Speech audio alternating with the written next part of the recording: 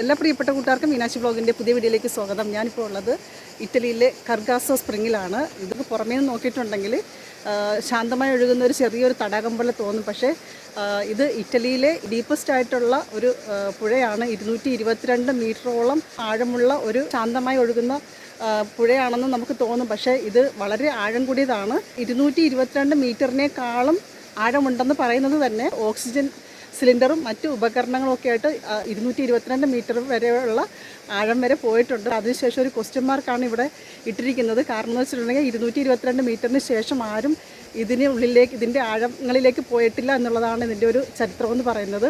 പുറമേ ശാന്തമായി കാണുന്ന ഇറ്റലിയിലെ ഏറ്റവും ഡീപ്പസ്റ്റ് ആയിട്ടുള്ള നദിയുടെ കാഴ്ചകളാണ് നമ്മളിന്ന് കാണുന്നത്.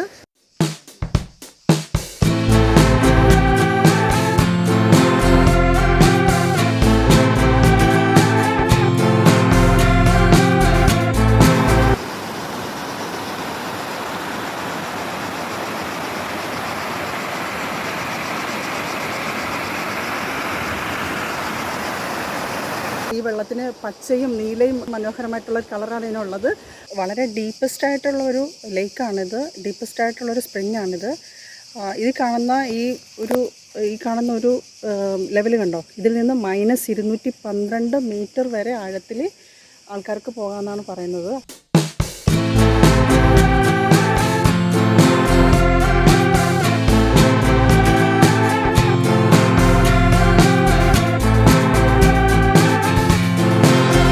ഇറ്റലിയിലെ കാഴ്ചകളാണ് നമ്മൾ കാണുന്നത്.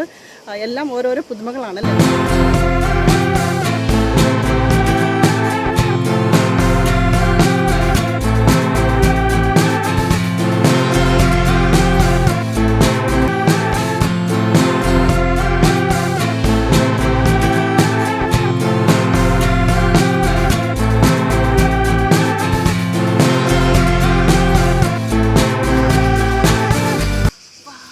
ഇറ്റലിയിലിപ്പം നല്ല ഭയങ്കര ടെമ്പറേച്ചർ കൂടിയ ഒരു സമയമാണ്. പക്ഷേ ഈ വാട്ടർഫോളിലുള്ള ഈ സ്പ്രിങ്ങിലുള്ള വെള്ളം എന്ന് പറയുന്നത് ഭയങ്കര തണുപ്പാണ്. ഏകദേശം ഒരു 2 ഡിഗ്രി 3 ഡിഗ്രി ഒരു അത്ര ആ ഒരു ലെവലിൽ ഉള്ള തണുപ്പാണ് നമുക്ക് ഈ വെള്ളത്തിൽ കിട്ടുന്നത്.